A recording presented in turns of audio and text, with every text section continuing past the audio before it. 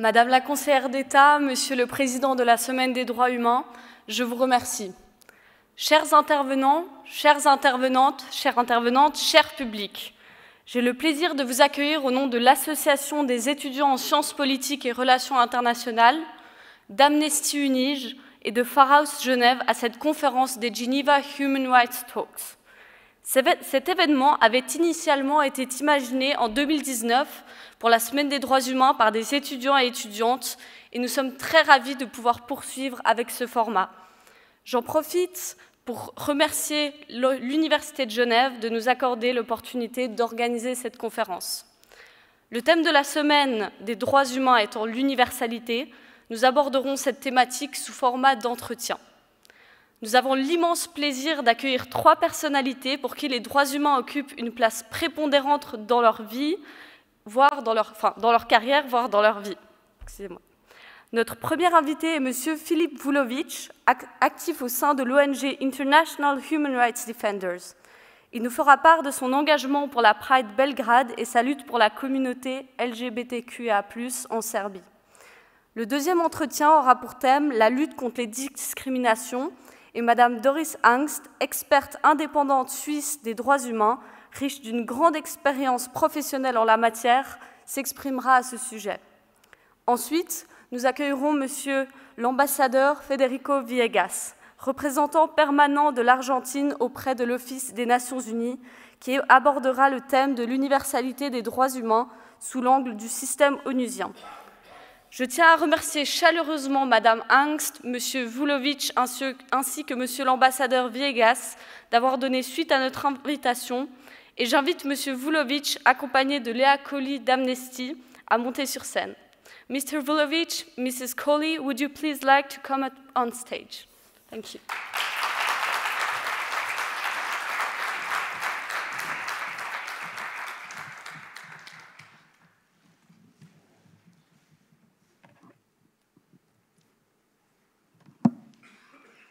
It's a great pleasure for me to welcome you, Mr. Vulović, to the Human Rights Talks. Thank you. Mr. Vulović is an activist based in Belgrade. He works for the NGO Civil Rights Defenders and is an executive member of Pride Belgrade. First of all, congratulations on organizing the biggest Pride up to date in Serbia this year. Thank you very much, appreciate it. Organizing such a big event takes a lot of effort. What were the main obstacles you encountered during planification and execution of Pride Belgrade this year? Well, this year actually was one of the easiest years, I think, to organize Pride because the government in the past years did everything to kind of obstruct our organization of Pride and kind of prevent us with really tricky mechanisms through police or through requests that weren't kind of possible for us to develop as organizers. For an example, asking for really expensive members of private security, even though the Constitution does not allow them to do so. So this year they changed the tactic because the government in Serbia is in control of all of the national frequency media.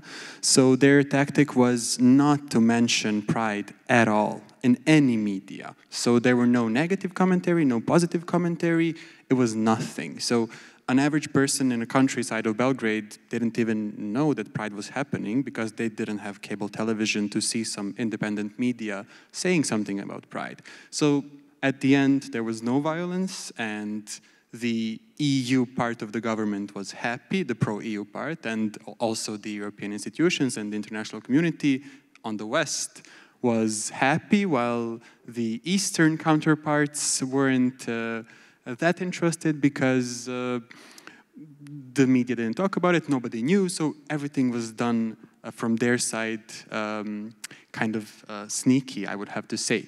But we didn't face many obstacles. At the same time, the police was really rigorous, so it's long negotiations with them to do everything. But at the end, we managed to pull off an amazing Pride with 10,000 or more participants. So it was a huge step for our community in Serbia. That's great to hear. I'm really, really happy that it passed. Thanks. You choose the slogan, "We are not even close," for this year's Pride. Why did you choose the slogan? Well, last year, and I hope we'll get to this afterwards, last year Serbia, Belgrade organized Europride. So Europride is like EuroLeague in basketball, but just for the LGBTI community. It's a really big event for a country. It happens every year in a different country. And usually Europride happens in really progressive countries. It happens in Barcelona, it happens in Maspalomas, in Madrid, in Berlin. So it's the big progressive prides that get even more big and progressive when it's Europride. So it's also an event for tourism, it's an event for spreading awareness throughout Europe. Tens of thousands of tourists come to march with the community to fight for rights together. And this was the first year that was done in somewhere in Eastern Europe, somewhere in a conservative country. It hasn't been done before. It was only done in Latvia, which is a semi-conservative country. But in 2019, the European prides gathered and they voted for Belgrade to host it in 2022. So it was a really huge step for us and really big news. And the slogan of Europride last year was, "It's time," because we really thought it's time for change, it's time for progress, it's time for universal human rights in Serbia, because human rights in Serbia weren't universal, and it's a good theme that we have it here because we can discuss about how universality doesn't apply for every group in Serbia, for example, in the Balkans in general. And then we saw last year that it's not time. For us, it was time, but for the government, for the right-wing movements and parties, and for the big Russian influence in Serbia last year, it wasn't time. And ultimately, Pride was banned last year. It was an unconstitutional ban. It was breaking many conventions, but at the same time, it was banned at the end. So this year, we chose the slogan, "We are not even close." It's completely the opposite from what we had in the previous year. And it says that there's a long way ahead for us to fight for equality. As you stated, you're not close to reaching your goals that you have set. But nonetheless, did you see any changes in society or jurisdictions that reflect your effort? Yes, the fight is really slow, but some changes in jurisdiction have been made, especially in 2009 or 2012 when hate crime was introduced in the criminal code. So we had some small changes, but they have been decreasing, and there is a lacking will from the jurisdiction, from the judiciary system to actually use these existing legislatives. So that's the main problem, that we have to educate our own government and our own, let's call it independent, quote unquote, judiciary to use. So, for example, an obvious hate crime happens. Even the perpetrators admit, but the judiciary doesn't take that into consideration and doesn't give a higher penalty for that hate crime. It just considered it as an attack, as a physical attack or as a crime. So that's one of the problems that we face. Also, when it comes to specific groups, for example, the transgender community, they are in a very, very bad position in Serbia. They are still required to undergo medical treatments. So first their psychiatric evaluation and then a medical hormonal treatment in order to get the right to change their documents. And they have to live as a different person for years and years. They appear as one gender, but their ID says another gender. So they face years of unemployment, discrimination, etc. So they oftentimes are homeless or go into sex work. So there's a whole aspect of how their human rights are not respected in Serbia. And Serbia has to respect the European Court of Human Rights decisions, but in that case, and in the case of the non-existence of any legal recognition of same-sex unions, Serbia does not follow these, does not follow decisions made by the European Court of Human Rights. So to come back to the Europride 2022 that you mentioned, it was forbidden first by state officials, but later allowed on short notice. Do you know what motivated that change? Yeah, okay, so briefly to describe what happened. So Europride was scheduled for September 2022, and in May, we start having these enormous religious marches through Belgrade. So they were organized by the Serbian Orthodox Church, by some Russian-supported NGOs and some far-right Russian-affiliated parties. And there were tens of thousands of people. And on the front, you saw pictures, gigantic pictures of Putin, of war criminals, Serbian war criminals from the 90s, and Serbian Nazi collaborators from the 40s.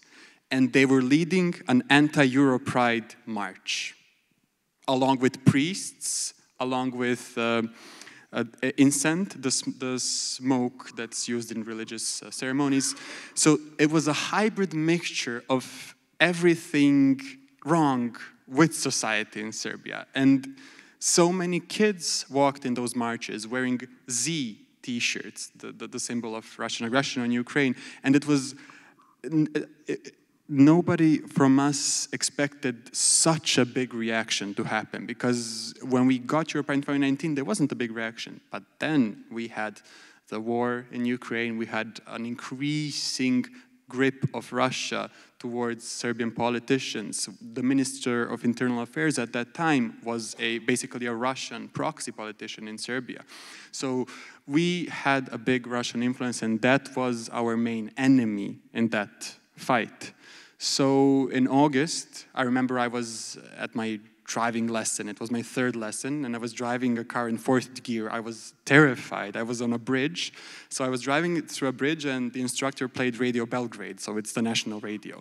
And all of a sudden, the President Vučić, has a conference, a live conference. And I'm driving across the bridge, and I hear Vučić, so it was like a month before Euro Pride, I hear the President say, Euro Pride, or that gay thing, it will be cancelled. And like all of a sudden, me as an organizer who's been putting 3 years of effort in that event, I don't know if I want to drive off this bridge right now. What am I going to do with my life? And like I hear my phone in the back seat start ringing like crazy. So I asked the instructor to stop at the gas station, and I start calling my colleagues and asking them, what are we going to do?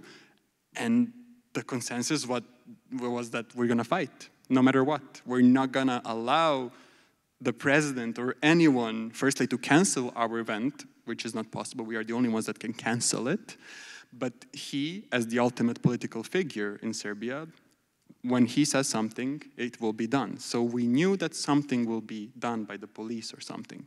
So we continued fighting, and our campaign shifted completely. So we turned our social media dark. It was all black colors, and we had like small quotes inviting people to come onto the streets, inviting people to fight, inviting people not to give up and not to give up to those kinds of pressures and fear-mongering by the government. And at the end, the pressure was so high by us and by EU Parliament and national institutions that at the end, they allowed us to have a small gathering just to like protest. And for me, that wasn't a victory. It was sad to see it like that, because we applied for a 7-kilometer long march, a concert and everything, and we only had one 500-meter small march next to a church, next to a monument of NATO bombing. Like, it was on purpose done by the government for all of the EU institutions to see, to remember. It was crazy. And at the end, we had a small concert on a stadium. So it was a victory, because we kind of won, because otherwise people would go out and be beaten in the streets without police protection. So we had police protection, but at the same time, it was shortened, and it was kind of not the best that we expected. Does the prefix Euro of Euro Pride hold any significance, and does it have something to do with the hard counter-reaction to the Pride in 2022? Exactly. Sorry.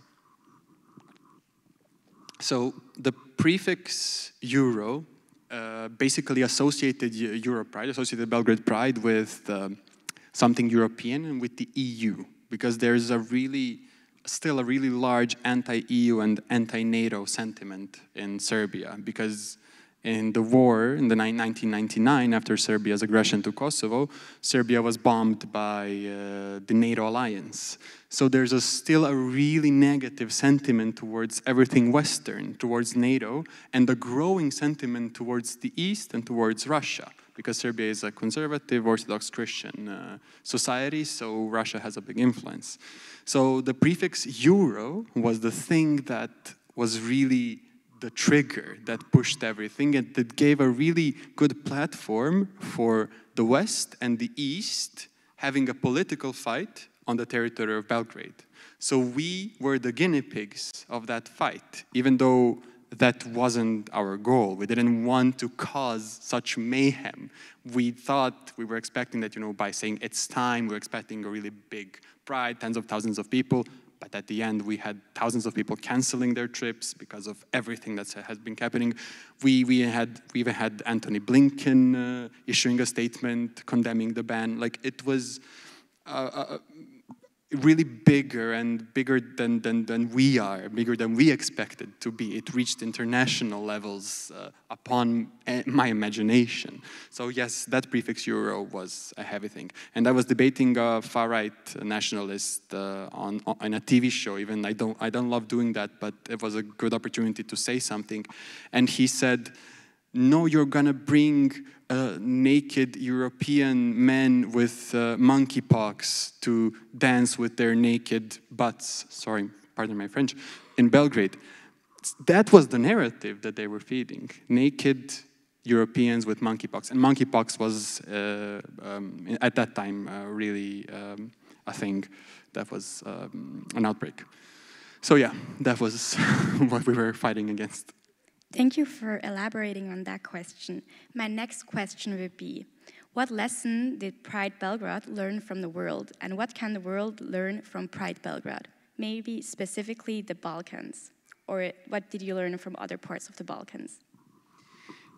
Okay, so when it comes to the world, since we are a member of the European Pride Association's network, we oftentimes go to exchanges to other prides to learn from them, because they have the opportunity. They are supported by their governments, they are supported by their society, so they can do much larger things that we can.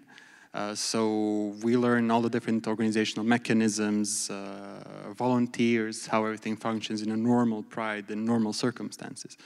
And when it comes to us, and when it comes to the Balkans, I think that people can learn what activism and resilience actually is.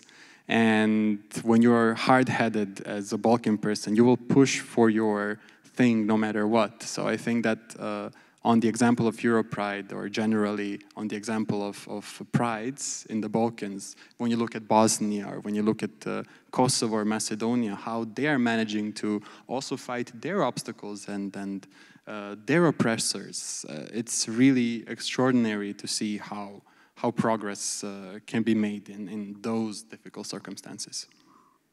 You're absolutely right. So, Belgrade is a progressive city with many young people.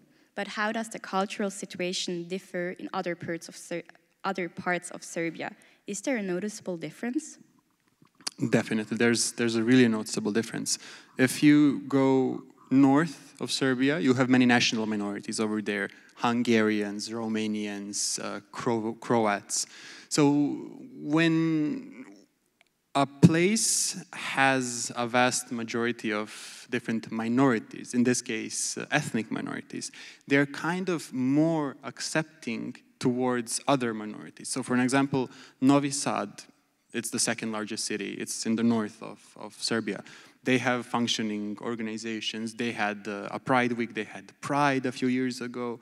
So we can see how progress is being made. But if you go south of Serbia, the southernmore you go, the more conservative it will get.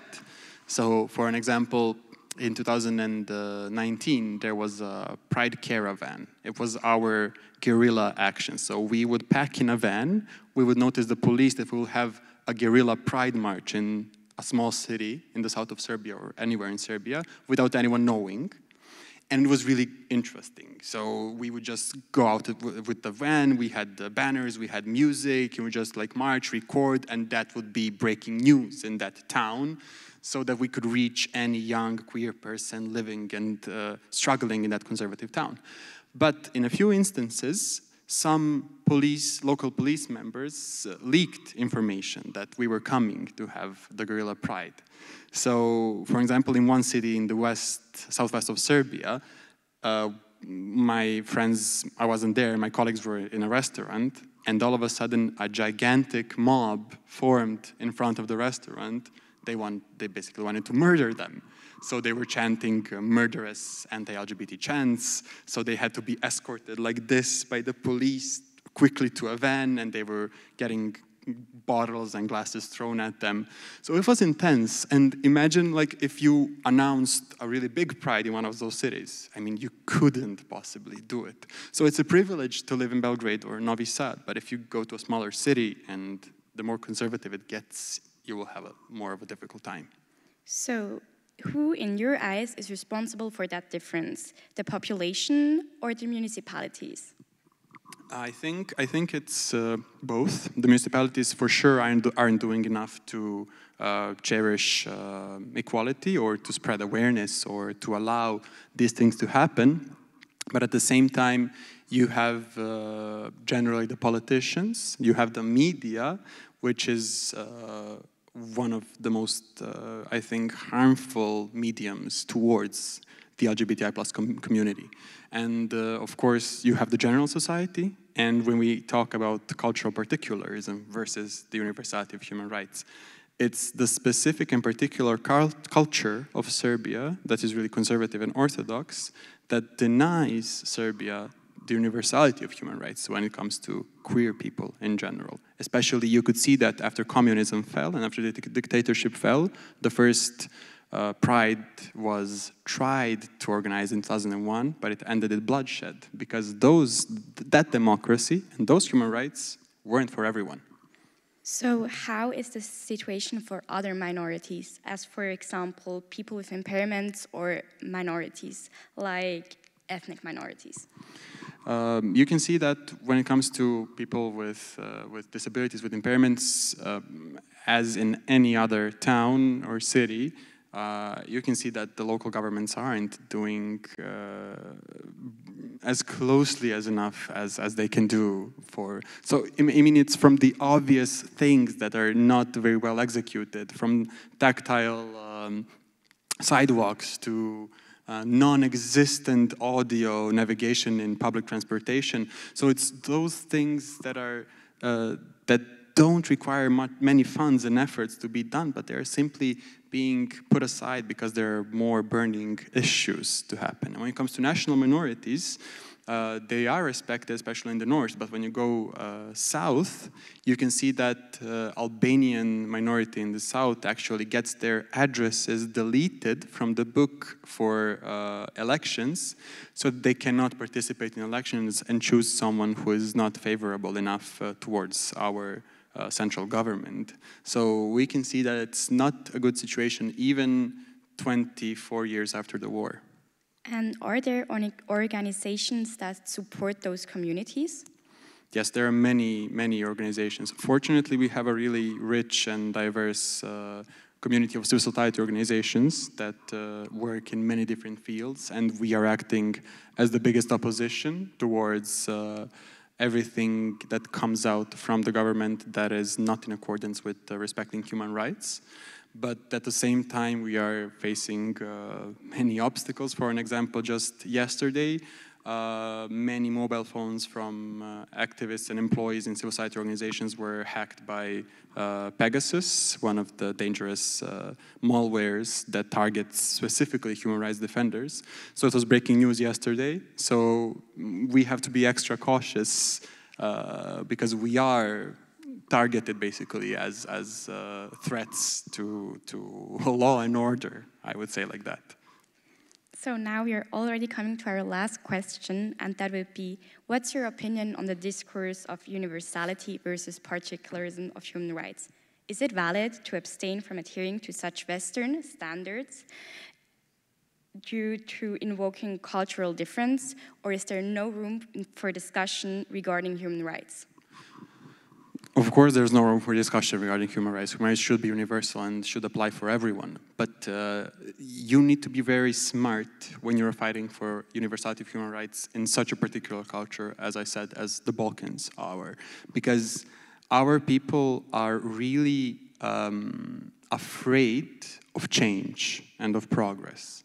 So you have to chew that up in a really precise manner and spit it out to them so that they can slowly get adapted to that change and that progress.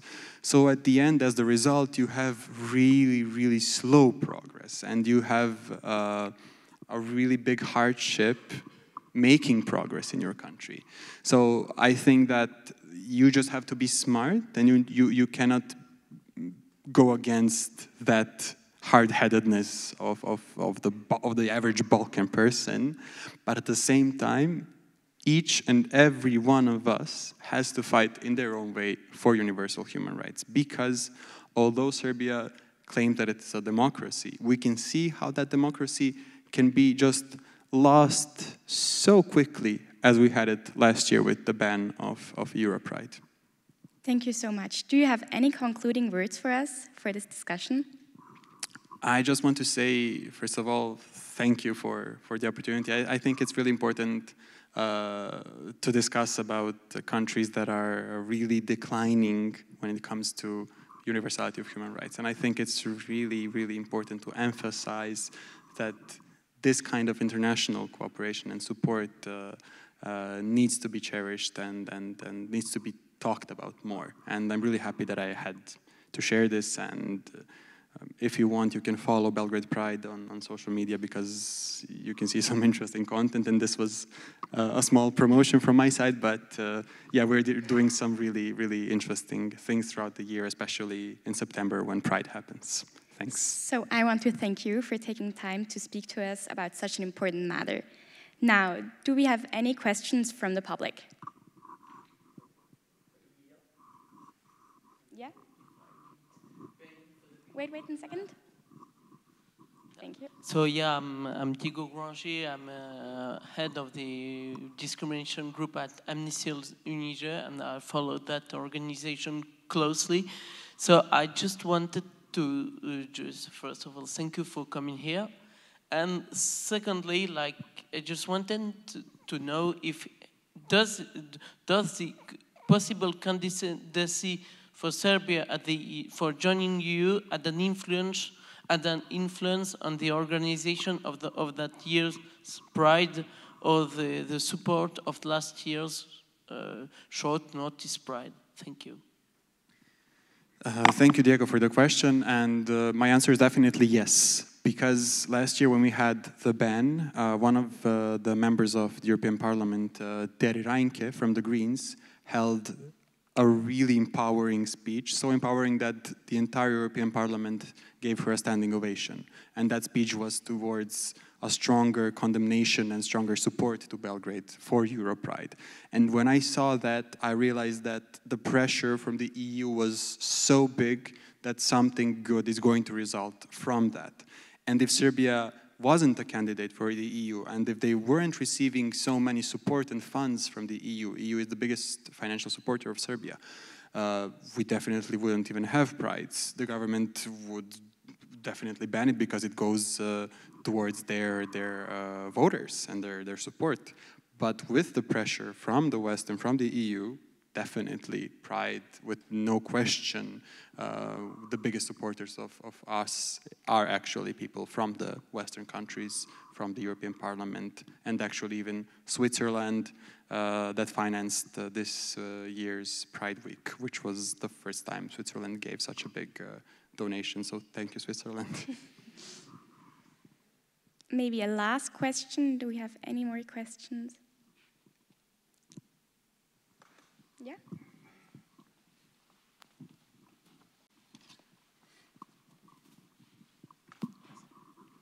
Hi, thanks. I was just wondering, since the marches against violence have been taking place, and there has been great political mobilization from people that usually don't go out on the streets. Do you think that has changed anything for the situation? Yeah, since we as Belgrade Pride have also marched on those protests, so those protests were spontaneously organized after two really bad mass shootings in Belgrade in May, targeted towards children mostly. So those protests grew of more than 100,000 people. So they were against generally the violent narrative placed by the government and by those parts of society. So we also marched and showed support, and I think that went back in our favor because many people who walked at Pride also are the people who are really prominent in those protests. So we kind of merged the same goal because we are also fighting against violence towards the LGBTI community, because we had a couple of hate crimes, we had a murder of a transgender girl in Serbia. So there was a shared narrative there on those protests. And we also communicated our Pride March exclusively as a protest. So we never said Pride Parade, we never said celebration, we said protest. And that was the thing that attracted the critical mass that we needed, and that was shown in September this year. Thank you so much for answering our questions, and now I'm happy to welcome Madame Angst and Vuka onto the stage. Thank you.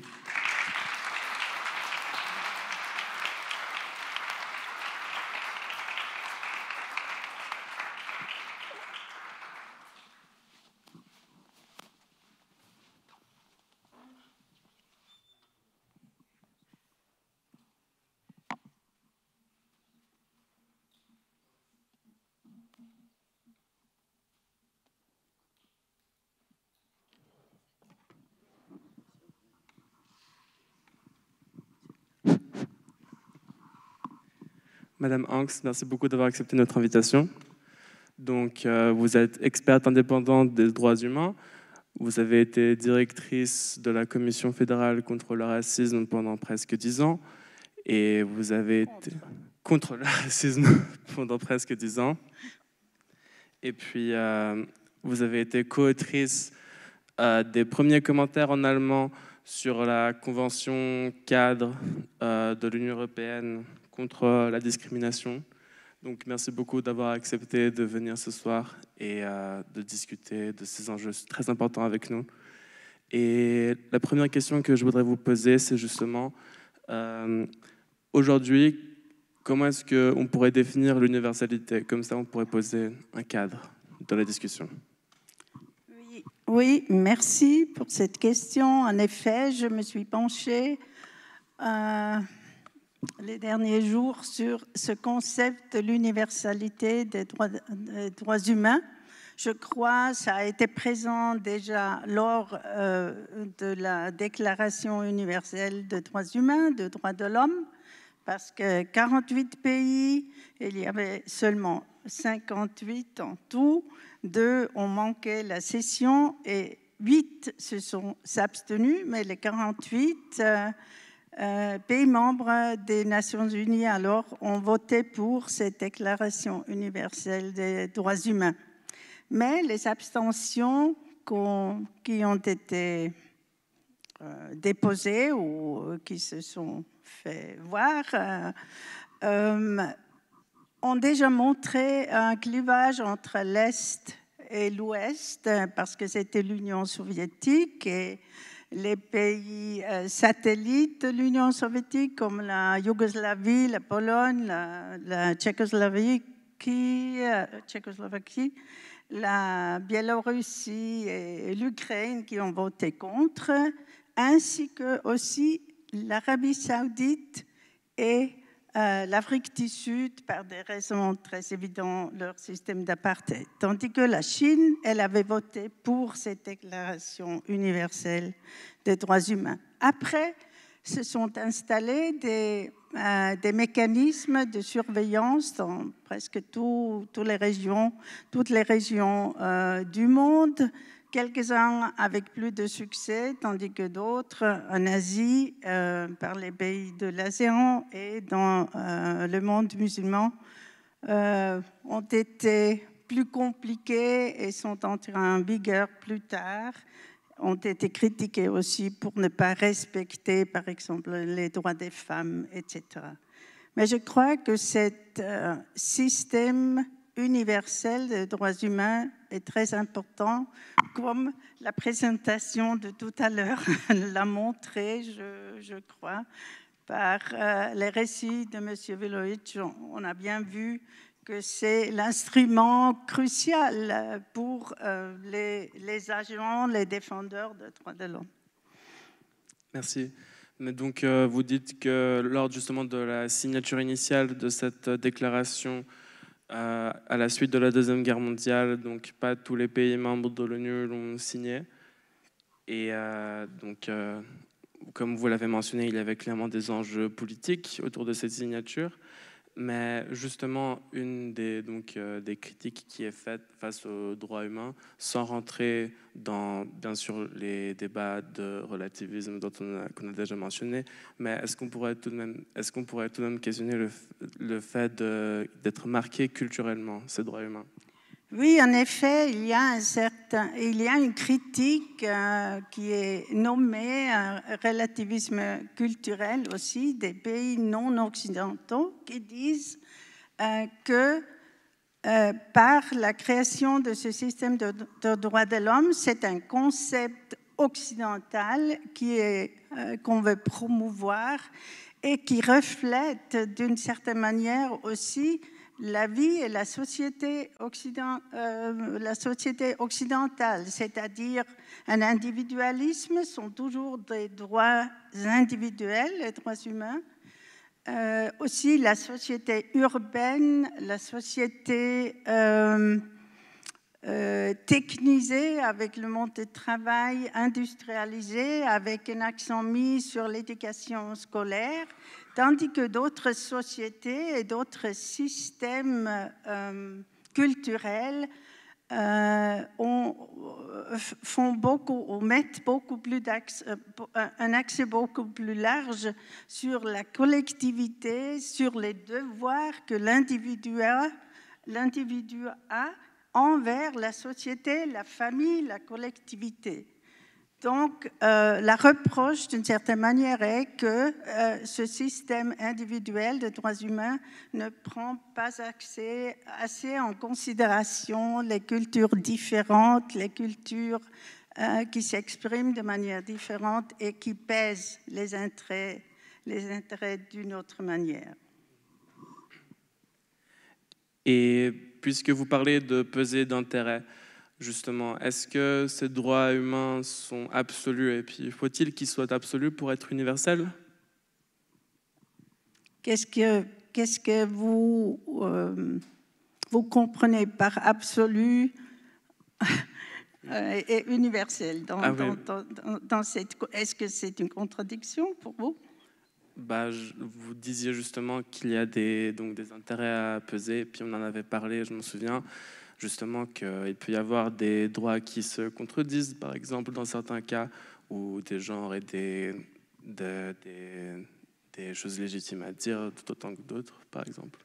Je crois qu'il faut distinguer entre vraiment l'essence des droits humains qui est incontestable, qui est vraiment inaliénable, c'est le droit à la vie, c'est le droit à une vie en sécurité, de ne pas être exposé à des traitements inhumains et dégradants, la liberté d'expression, la liberté de presse aussi, et le droit à la vie familiale et privée. Ça sont des droits inaliénables pour tout le monde et incontestables, même contre une certaine critique de certains pays. Il faut aussi ajouter que certains pays qui reprochent aux pays occidentaux d'utiliser ce système de droits humains en tant qu'instrument hégémonique, je crois que c'est bien, hégémonique, ce sont des pays comme la Russie, la Chine, certains pays leaders dans le monde arabe ou du Proche-Orient qui eux aussi revendiquent une position hégémonique dans le monde. Donc c'est assez facile à critiquer, contre-critiquer ce pays, contre ces pays-là. Merci. Et puis, justement, du coup, vous parliez tout à l'heure aussi de l'individualisme des droits humains. Et puis, de plus en plus souvent, on voit des personnes qui revendiquent des droits non pas individuels, mais collectifs. On parle souvent de droits des femmes, droits des personnes LGBT. Il y a eu par exemple aussi la Déclaration des droits des peuples autochtones que l'ONU a prononcée. Donc, comment est-ce qu'on pourrait concilier universalité et droits collectifs? Je crois que oui. Il y a des droits, par exemple, la protection des minorités, soit nationales, ethniques, religieuses, de couleur, etc., qui ont un aspect collectif. Mais la jouissance est toujours a un caractère individuel. Par contre, les droits culturels et civils peuvent être jouis en collectivité. Donc, il y a un aspect du collectif dans la jouissance de ce droit d'une minorité. Par exemple, la langue, la religion, les institutions de culture d'une minorité sociale ou aussi ethnique, nationale, ont un aspect collectif. Mais la jouissance est individuelle. Il y a d'autres critiques, par contre, qui disent qu'aujourd'hui, nos problèmes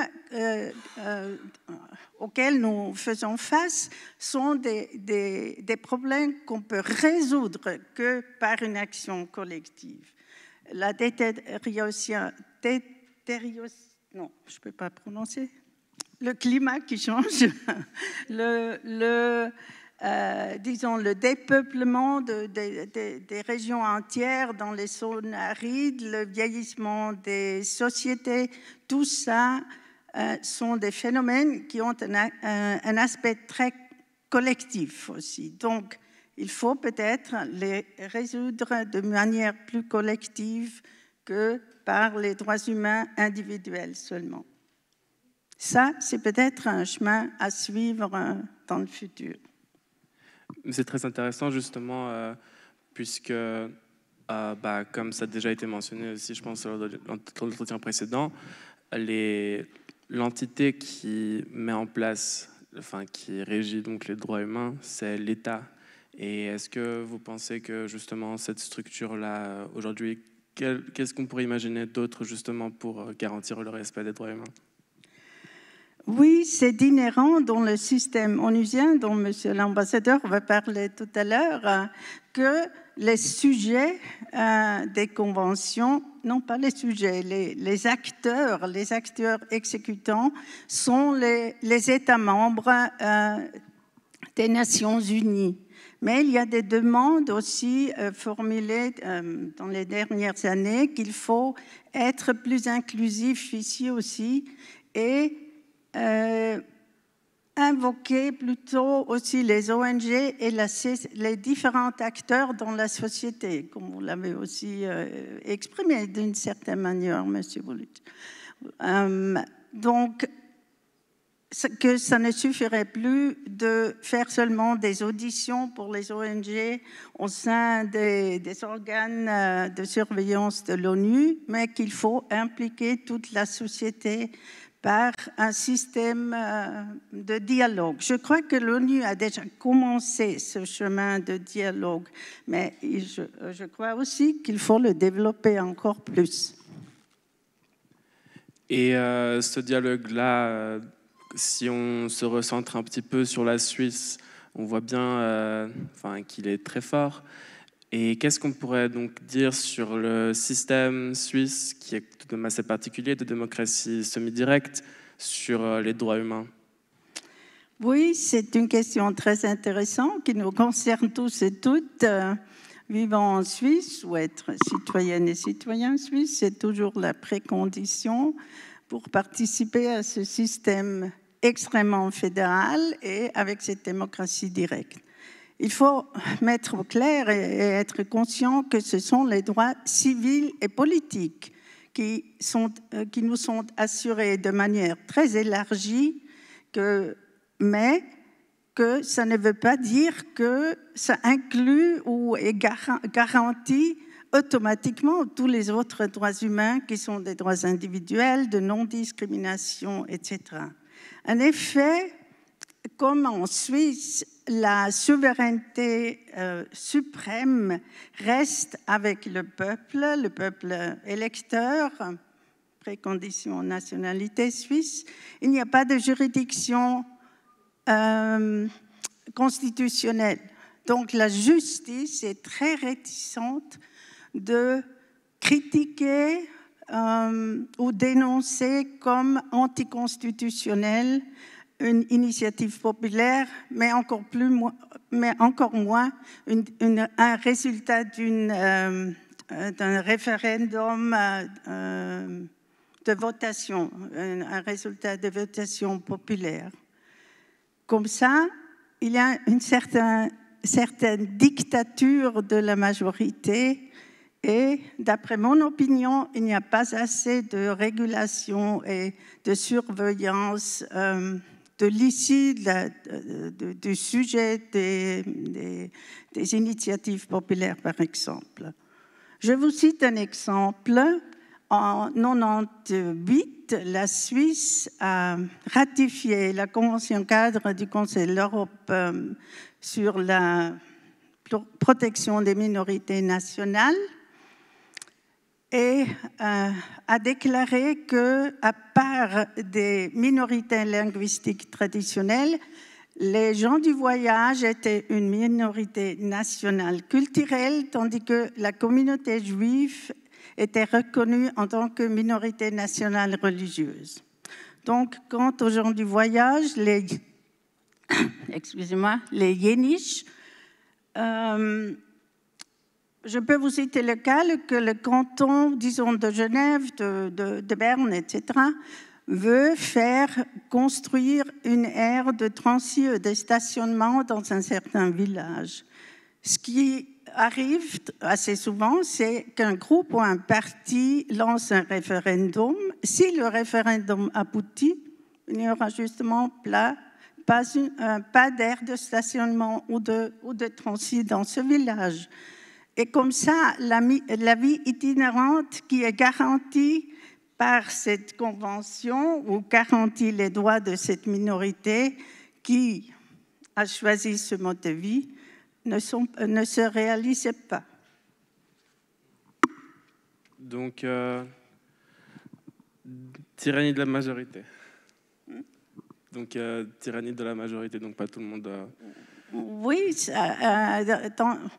dans le système même, c'est la majorité qui se forme aussi très souvent par hasard, presque,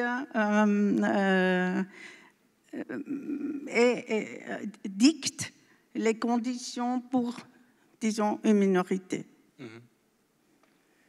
Et puis, donc, est-ce que vous pensez que la Cour européenne des droits de l'homme pourrait avoir un rôle justement là-dedans, dans le sens où on avait parlé tout à l'heure justement des États comme acteurs de la Convention et ensuite des systèmes internes aux États. Mais est-ce que la Cour européenne ou des systèmes supra-étatiques pourraient justement avoir du pouvoir là-dessus? Vous parlez de la Suisse ou en général? Typiquement de la Cour européenne des droits de l'homme. Oui, je crois que les instances, c'est la Cour européenne. Il y a une Cour américaine aussi, tandis que les autres systèmes de surveillance sont un peu plus faibles par ces jugements et par les recommandations des organes de surveillance onusiens.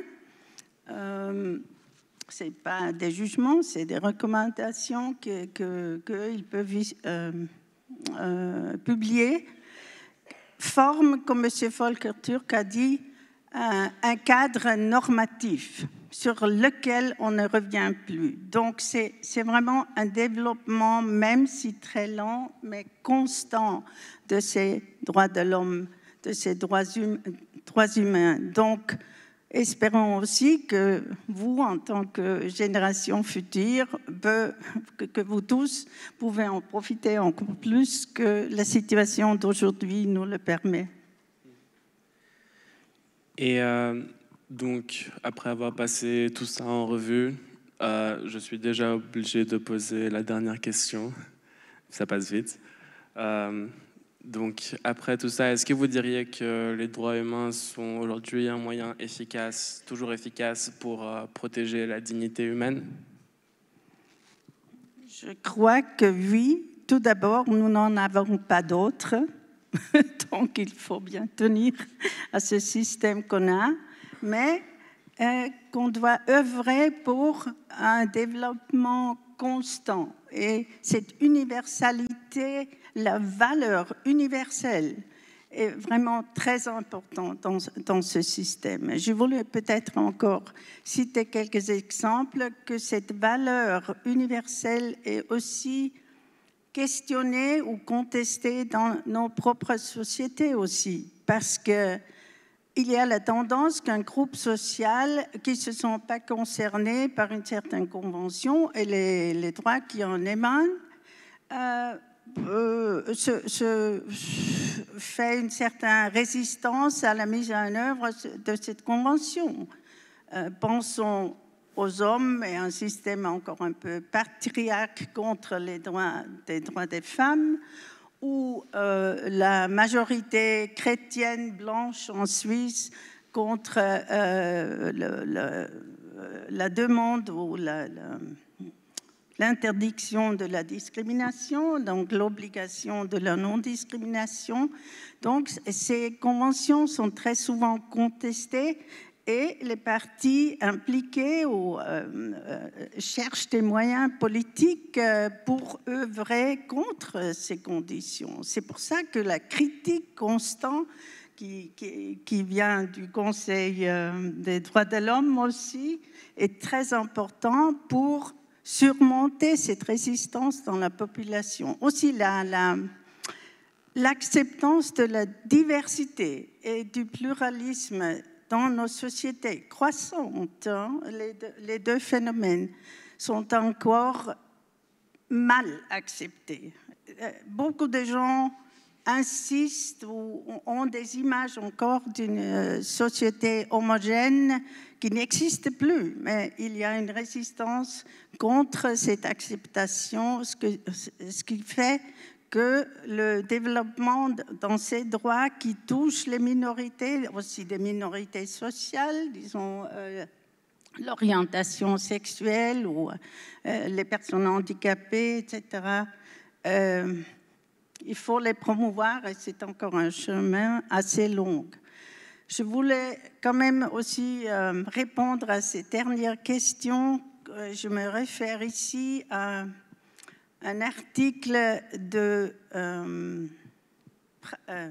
Patrice Meyer-Bisch, que vous peut-être connaissez en tant qu'étudiant des droits de l'homme, peut-être, que l'espace universel de ces droits humains, c'est où on trouve la souffrance des êtres humains, que cette souffrance que nous avons entendue par vous, que nous avons entendue dans le discours de M. Volker Türk, au commissaire, cette souffrance nous unit tous parce que nous la connaissons, même si sous forme beaucoup moins dure. C'est la souffrance et la joie qui nous unissent tous, les êtres humains. Et je trouve cette définition, je la trouve très intéressante et aussi très touchante. Je vous remercie. Merci bien. Merci beaucoup, madame.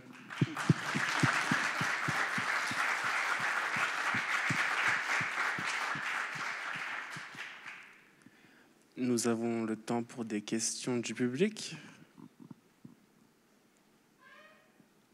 J'en vois une là-bas.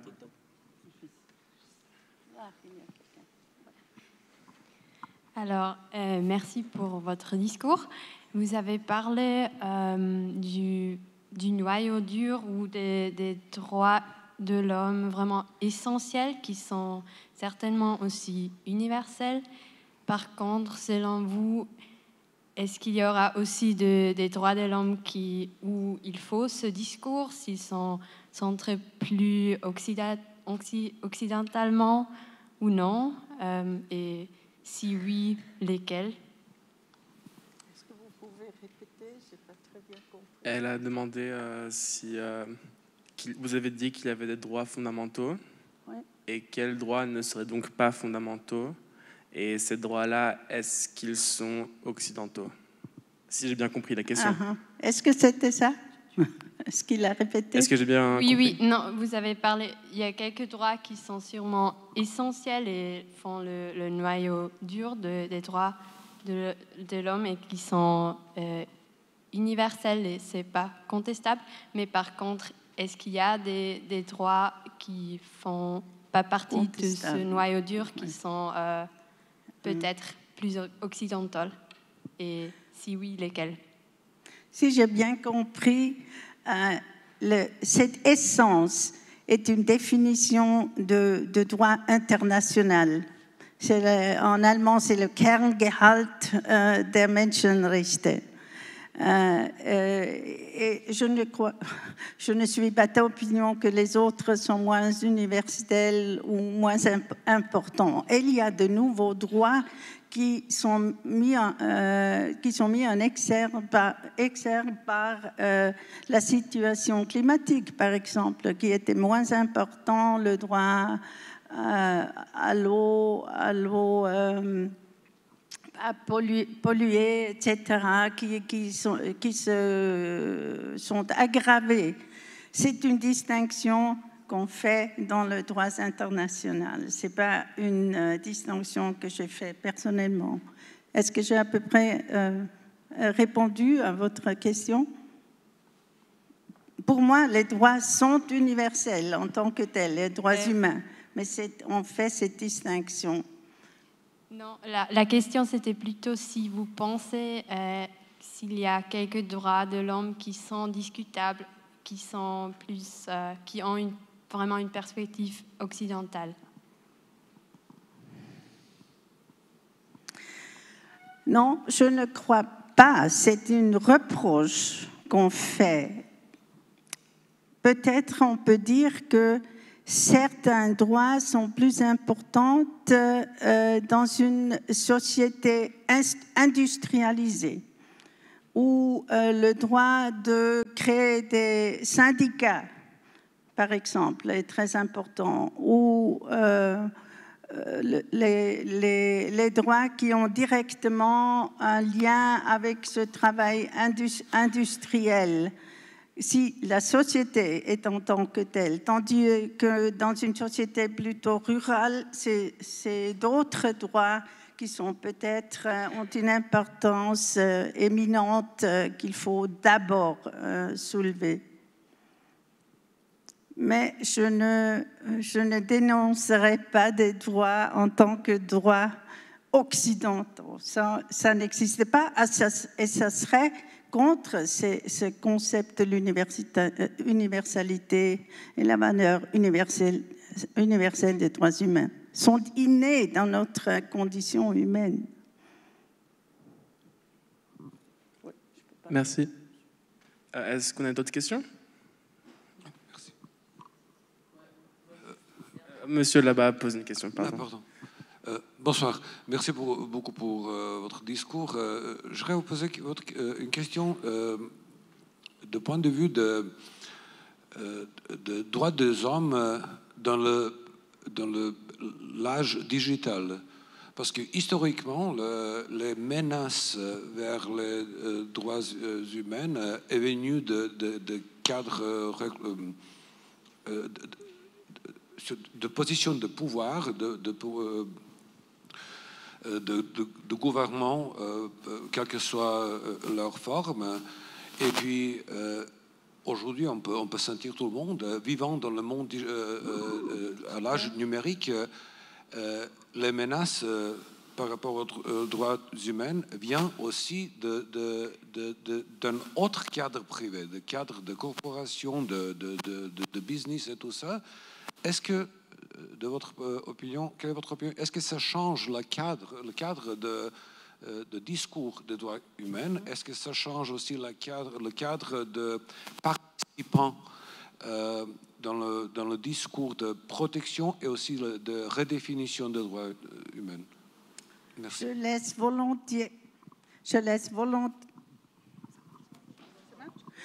volontiers une partie de la réponse de monsieur l'ambassadeur Villegas de ça, mais selon ma propre interprétation, on peut encadrer de nouveaux sphères de la vie dans ce système d'une certaine manière, ou il faut encore créer une nouvelle convention, même si on en a déjà tant. Par exemple, si on voit que l'expansion de la discrimination sur les réseaux sociaux est immense, il faut appliquer ce droit de la non-discrimination d'une manière appropriée aussi pour rattraper vraiment cette discrimination sur les réseaux sociaux. Et la protection des données, par exemple, c'est à peu près ce que je peux dire sur ce sujet qui est assez compliqué, mais la protection des données, pour moi, c'est un aspect de la protection de ma vie privée, comme c'était ailleurs, par exemple, le secret postal. Non, sont des données personnelles qui restent avec moi dans ma vie privée et qui ne peuvent pas être mises à disposition à d'autrui. Je ne peux pas vraiment entrer en détail, je n'ai pas assez de connaissances concernant cette question, mais peut-être monsieur l'ambassadeur peut encore ajouter quelque chose. Merci, très intéressant. Merci beaucoup pour votre question. Malheureusement, on n'a plus le temps pour d'autres questions. Donc, Madame Angst, merci beaucoup pour votre intervention et d'être venue. Merci bien à vous de m'avoir invité. Merci. Maintenant, on va accueillir Igor David qui va interviewer Monsieur l'ambassadeur Villegas.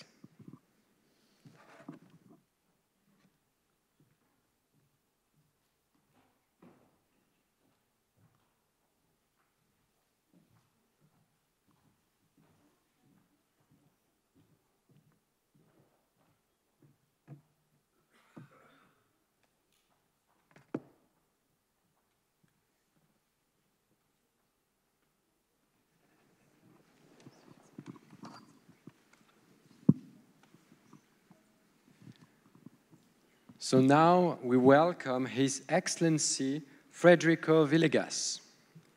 Ambassador Villegas is a lawyer and career diplomat, currently serving as a permanent representative of Argentina to the United Nations Office and to other international organizations in Geneva.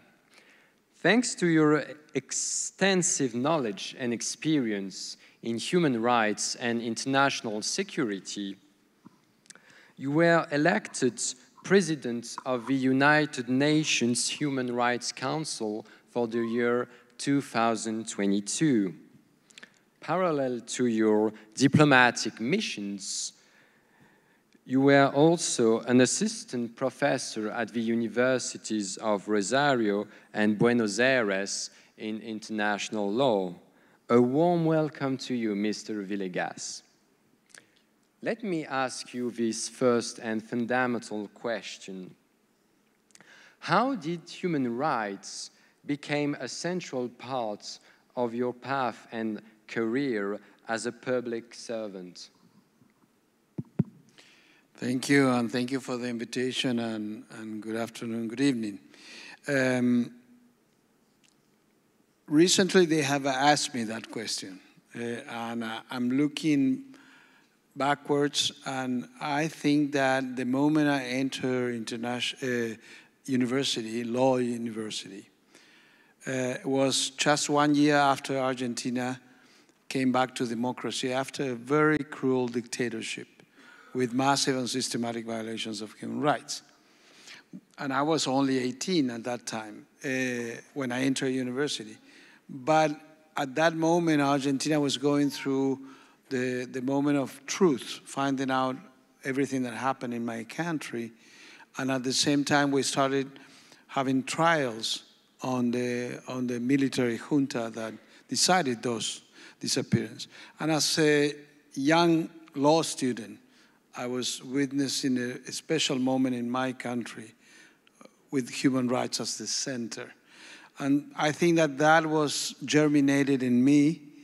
And when I entered the Foreign Service, I was posted to Washington, D.C.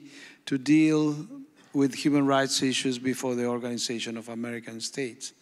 And I was there many, many years dealing with real human rights cases of violations, and that, I think, inspired me to specialize on this issue.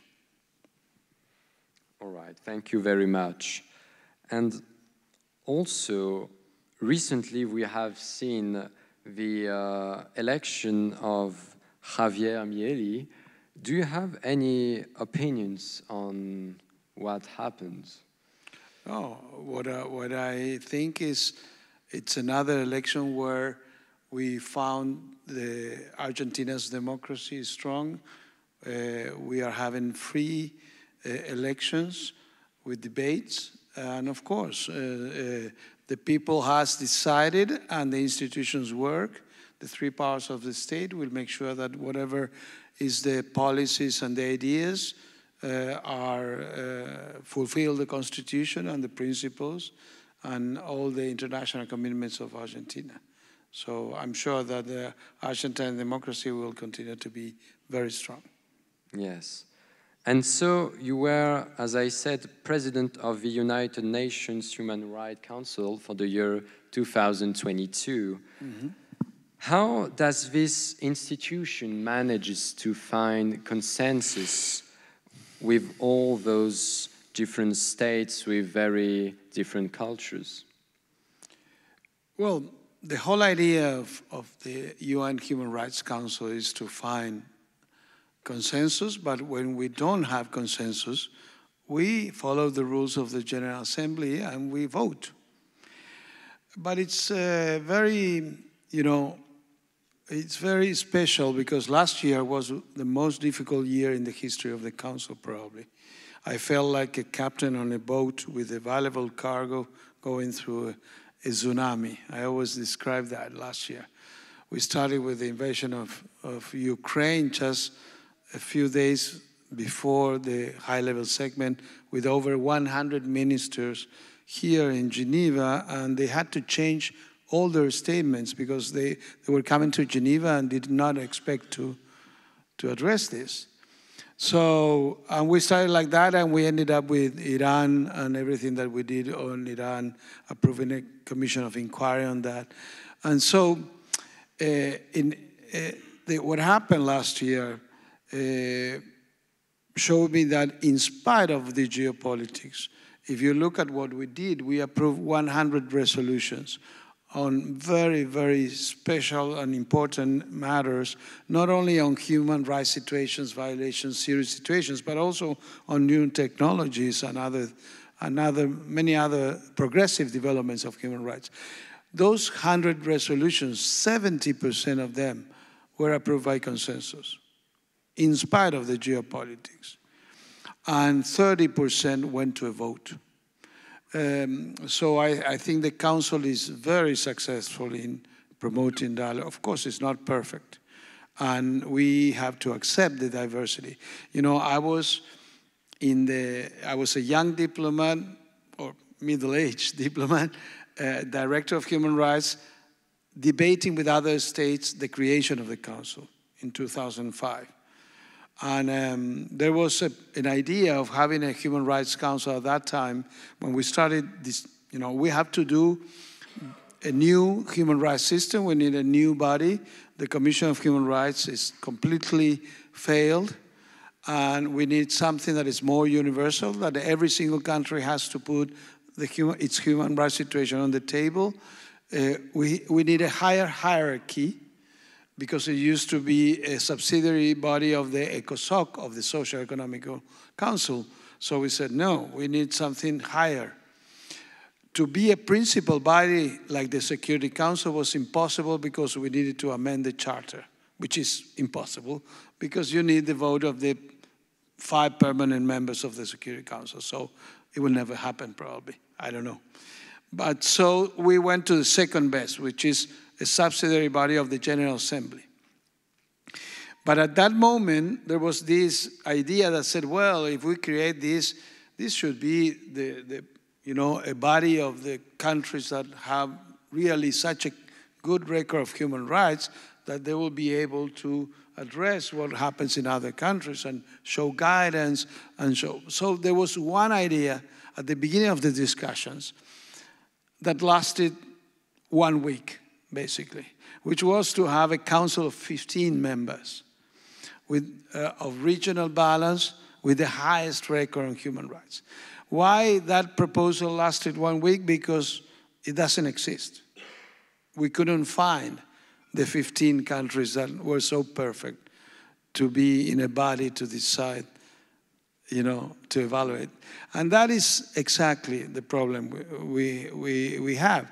We need to accept that universality doesn't mean that because I think that I had an evolution in my society with more respect of human rights, universality means other societies to imitate me and become like me. On the contrary, universality is precisely to accept that the rights are universal to every single human being. 8 billion people, each of them, the international community has to respect the right. But in order to achieve that goal, you need to accept the differences and not to be a prejudice that one country is better than the other. I can tell you now, we talked about sexual orientation, one of the big issues in the Council, one of the most important progressive developments in the history of the Council has been what we did on this. When I came here in 2004 for the first time, the 2 words sexual orientation did not exist in any UN document at all. We had to fight to include in the resolution for the mandate of the Special Rapporteur on Extrajudicial Executions. We had to fight and vote to include those 2 words, just to ask that rapporteur to, his report, to look at the persecution of people for their sexual orientation. So that was 2004. Today we have an independent expert on sexual orientation that has been renewed 3 times. And yes, we still have 66 countries that criminalize same-sex marriage, same-sex relations. But at that moment, 20 years ago, there were over 90. So what I mean, is that a West against the East? Or the North and the South? No, it's not. Last year, Cuba approved same-sex marriage with adoption of children with a referendum by 70% of the population. While the United States had a very difficult backlash on women's rights with the Supreme Court. So how many Western countries have had a backlash on human rights recently? How many Western countries are questioning basic refugee law principles that we approved over 70 years ago, migration law? Cuba has adoption of children of same-sex couples, something that not even European countries have. So we have to go beyond this idea that the West is, imposing values. The problem is that the West, my personal view, and I witnessed that in the Council, if we want to really improve the human rights situation in other countries through sharing our expertise, our history of progressive in our society, we have to be very careful, very humble, and very conscious that first of all, we have to accept our own shortcomings. Former colonial powers that were completely involved in dividing a whole continent among themselves, that install slavery and traffic, you have to be very careful to try to come with ideas to tell former colonies where you were a colonial power how they should behave today. Sexual orientation laws, most of them, were put by the colonial powers. And now they are there. And now former colonial powers are the ones, those colonies, to tell them they should ban it. So it's very difficult. But universality is, and now we have to embrace the new discussion on collective rights. We don't have to be scared about that. We have to debate it. And if you look what happened recently, we approved by consensus a resolution presented by China on social economic rights. First time ever that a resolution presented by China has the consensus of all members of the Council. That always went to a vote. And that was just for over months of dialogue among the delegations. Just after your election in 2022, you made a speech where you mentioned the politicization of the Council. What solution did you try to implement to go around this issue? The first solution, well, I decided that, you know, the politicization can become a paralysis of the Council if you don't deal with it. So since day one, I said, I'm not Argentina for this year, because if I was speaking from Argentina, I will be guided by our own positions. I had to keep dialogue with everybody. And when you have that collective responsibility, the way to deal with politicization is to keep your door, your cell phone, your WhatsApp open to every single state. And once you have that, you can understand. And we had many, many difficult situations, of course. Russia's suspension, Russia was a member of the Council. Let me remind you that the Human Rights Council last year became the intergovernmental body with the highest presence of the whole UN system, with the highest presence in social media. We had more followers than the General Assembly, Security Council, any other government. Why? Because 5 days after the Security Council was blocked, the whole collective system of the charter that was supposed to prevent what happened or react didn't do anything, and blocked by the same country that provoked the breach of the charter. 5 days after that was blocked, here in Geneva, we had the 5 permanent members of the Security Council as members of the Human Rights Council. Russia was a member. But guess what? Not only we addressed the issue, we changed the agenda, we put an urgent debate on this, and we approved a commission of inquiry to investigate the violations of human rights.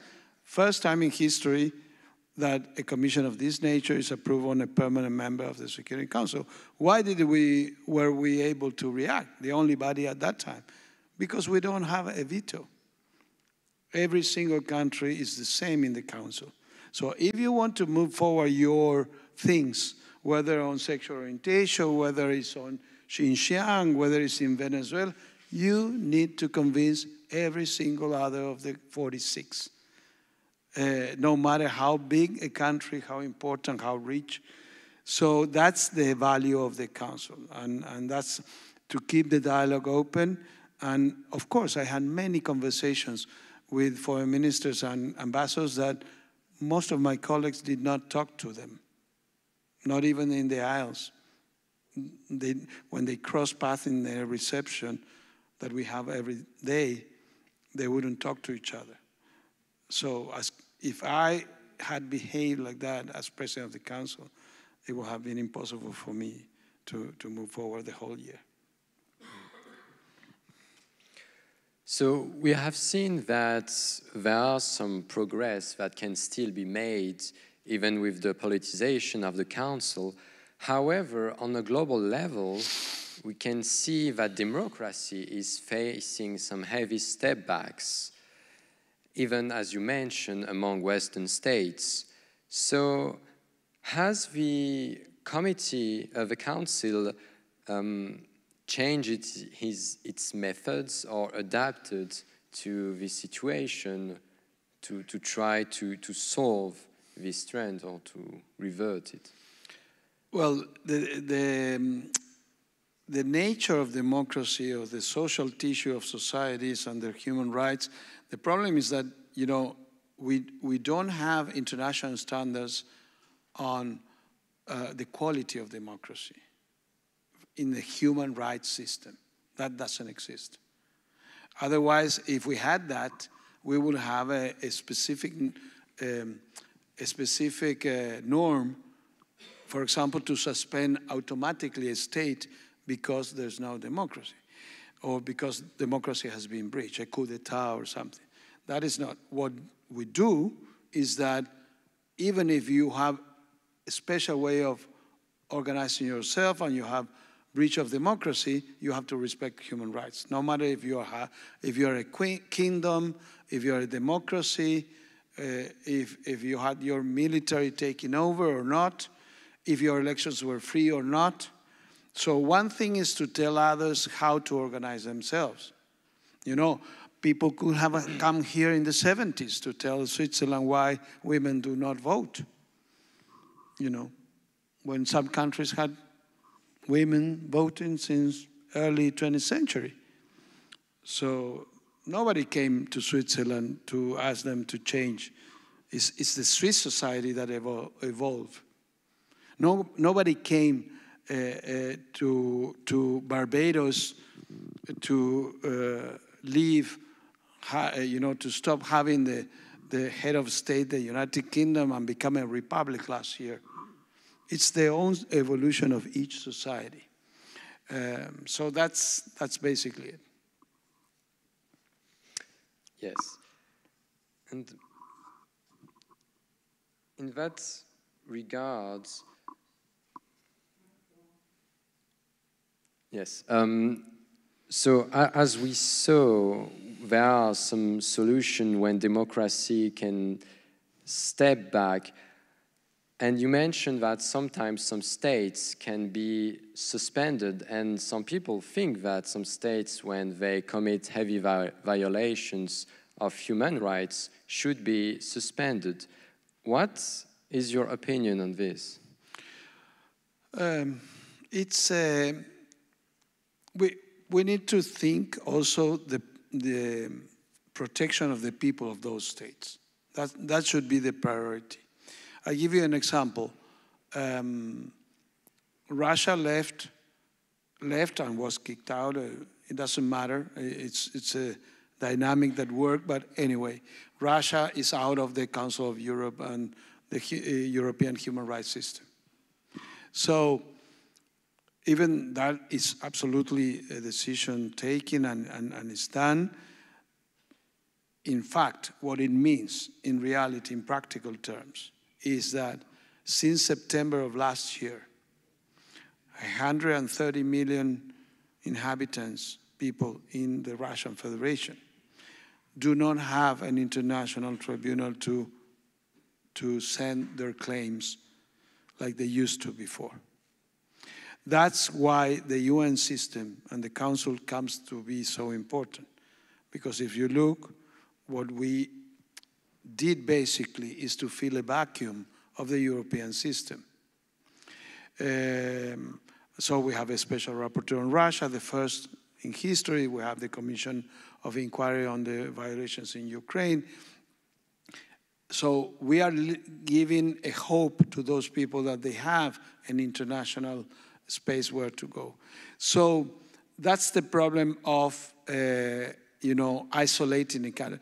There's not a single case of forcing changes in the ground when serious human rights situations are there, violations, without engaging with the authorities, even if you don't like them.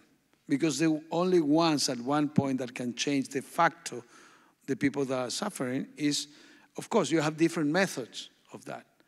You know, one of the successful cases was South Africa, of course, because the apartheid caused isolation of the regime and sanctions, etc., that eventually the society changed and apartheid was over. But it's a very tricky gray line, you know. If you need the access, you know, of the mechanisms that you create in the council, you need a dialogue with the authorities to cooperate with those mechanisms. And in order to do that, you have to talk to the authorities involved. As we saw earlier with the interview of Mr. Vulović, civil society and NGOs can have a very important role to play when it comes to human rights. Would you say enough is done in the Council to have them taking part in the debates and implementation of human rights? No, there's not enough. On the contrary, we need to do a lot of things. But it's a deeper problem that I try to address also. The problem is this. You know, first, we have to accept we wouldn't have a human rights system without the NGO community, basically. You know, Argentina has produced 4 generations already of human rights defenders. The women that are an example for the world, mothers and grandmothers looking for the disappeared, are around 90 years old today. And now we have young human rights defenders of around your age or less, 18, 20, 21. So there you have 4 generations. We wouldn't have a human rights system without that type of defenders. But in the culture of the Council, in practical terms, there is not an homogeneous way of looking at NGOs. And that's the big problem, a big challenge. There are around, if we count 195, I would say roughly, we have 50 states, more or less, from different regions that are on a daily basis used to deal with NGOs on human rights without any tension or minimum tension. What does it mean? In Argentina, for example, like here and other places, in the morning you can have a human rights NGO on TV criticizing the government for presenting a new draft law on refugees. And that person will go to the TV and say, this law is wrong, it breaches all international rights, and the president should withdraw that legislation. That same person in the afternoon goes to a government office, building, and works side by side with the government in drafting something else on human rights in collaboration.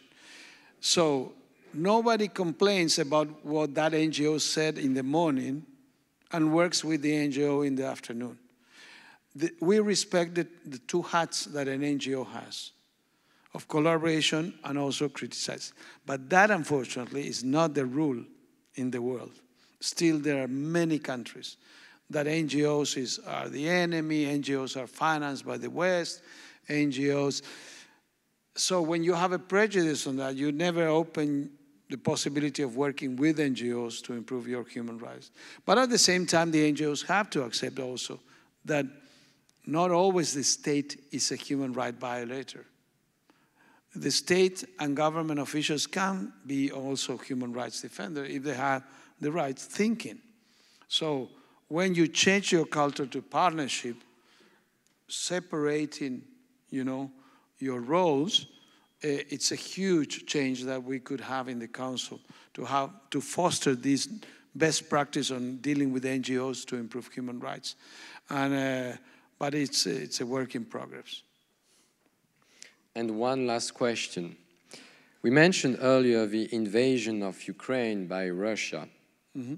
And in the media, we hear a lot about the number of tanks that will be delivered to this country. We heard a lot about the reinforcement, the strengthening of military alliances like NATO. Would you say that the international organization system about human rights is at risk in this period where we may empathize more the military aspect of this country, this problem? Well, we have a huge problem that we are reluctant to address. You know, we have said in lip service, rhetorically, at the highest level, that there are 3 pillars in the UN: peace and security, human rights and development. Not only that, since Kofi Annan, we said that there's no development nor peace and security without human rights. And we say that human rights is the essential pillar. But in reality, that is not the case. Because there's no connection between the human rights system and the security, peace and security system in the UN. Today, if you try to have a contact between the Human Rights Council and the Security Council, you have many countries that protest, and they don't like that.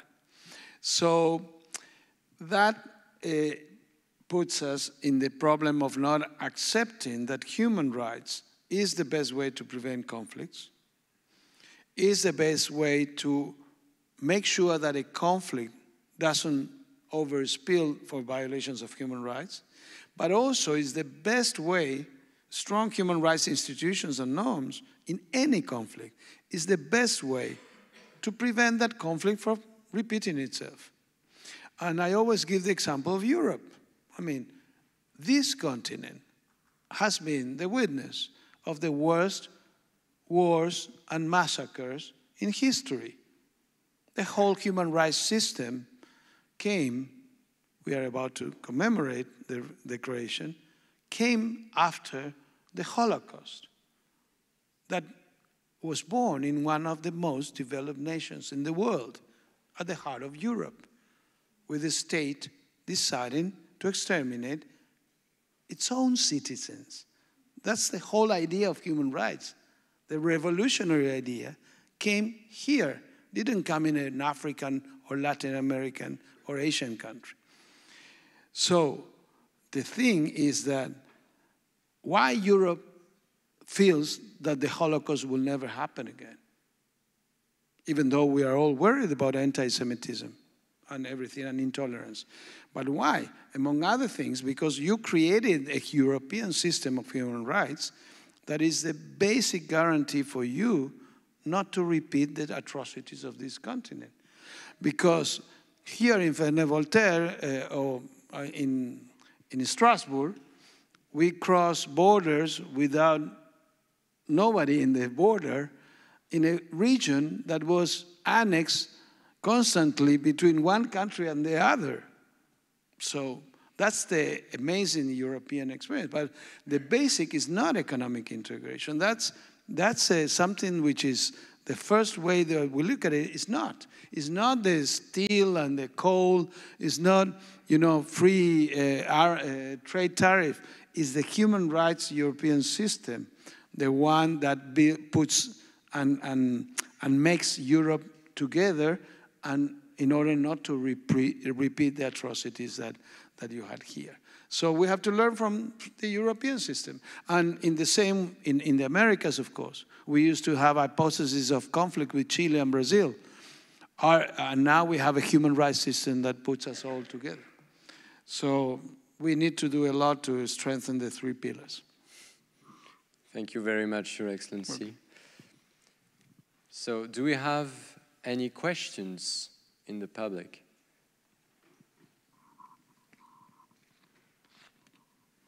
I think we have one over there.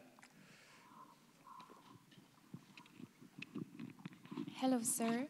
I actually had a question about the elections 2 days ago in Argentina. Since you're Argentinian, I thought that I could ask you the question. What do you think about the election of Javier, I don't remember his last name, but he's a radical, he's a far right wing, and he has some opinions about the human rights of women, like the right of abortion, that are kind of problematic. So do you think that his election can threaten the human rights in Argentina? Thank you. I really believe that we have the social and institutional tissue to deal with changes of policy. Our democracy is strong. It's 40 years. We have overcome all the economic crisis in democratic terms. So whoever comes with new ideas will have to debate with the rest. And even the president-elect, Javier Milei, he has 39 representatives in a chamber of 200 and something, and only 7 senators in a chamber of 70. So you can have ideas, but at the end, you will need to make a consensus. And of course, in the consensus, the debate will say, well, these things cannot go backwards. And this, maybe you can have, I give you an example. Argentina has one of the most generous migration laws in the world. We have free public education and health to any foreigner, regardless of their migration status. They don't even need a working permit or anything. And they go and they have free health, free, completely. So that is an amazing tool, and it's because we are one of the countries that had the highest rate of immigration in the history, with the US, Australia, and Canada. But now some people question that we are giving free public health and education to foreigners, and sometimes the foreigners abuse. They cross the border, use it, and go back to the countries just to have, a free delivery of a baby. So somebody can come and say, that part of the legislation was not thought for abuse. Why don't we debate to make sure that only the immigrants that reside in Argentina on a permanent basis or transitory basis can benefit? Those type of nuance, but an abortion law, something so deep, that is a law, by the way, or same-sex marriage, or, important things that took years. It could take years to debate to go backwards in something like the abortion law or same-sex marriage. I don't think he will have enough time to have a wide consensus generated to go backwards in something that took so many years to reach. That's my personal feeling. Thank you very much, Your Excellency. Thank you for accepting the invitation and coming here to debate with us. A pleasure, and thank you for everything.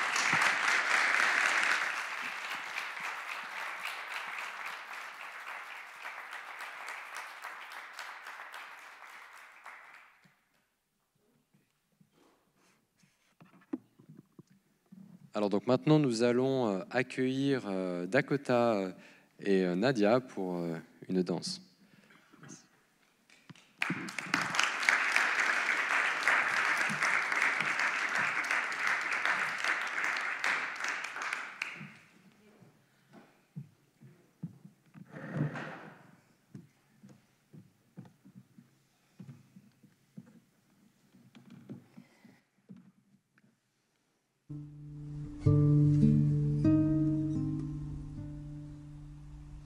No me dejes, no, hay que olvidarlo todo, que ya se nos va, olvidar el tiempo de los malentendidos y el tiempo perdido, a saber cómo olvidar las horas que a veces mataban con tantas preguntas.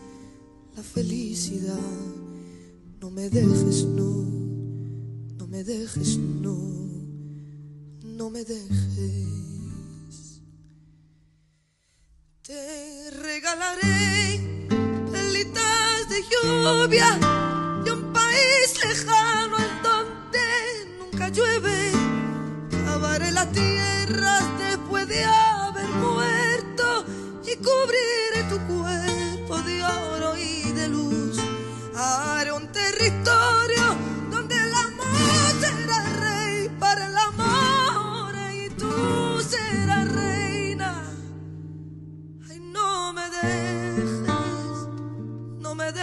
dejes, no, no me dejes, no, no, no me dejes. A veces se vio renacer el fuego de un viejo volcán que creíamos muerto y me han dicho a mí que tierras quemadas ofrecen más trigo que un mejor abril. Y al caer la tarde para que arde el cielo y el rojo y el negro tiene que juntarse. Ay, no me dejes, no me dejes, no, no me dejes, no me dejes. No lloraré más, ni hablaré más. Me voy a esconder, te voy a mirar, sonreír y bailar, y te escucharé cantar y reír. Permite que sea sombra de tu sombra, sombra de tu mano, sombra de tu perro. Ay, no me dejes, no me dejes, no me dejes.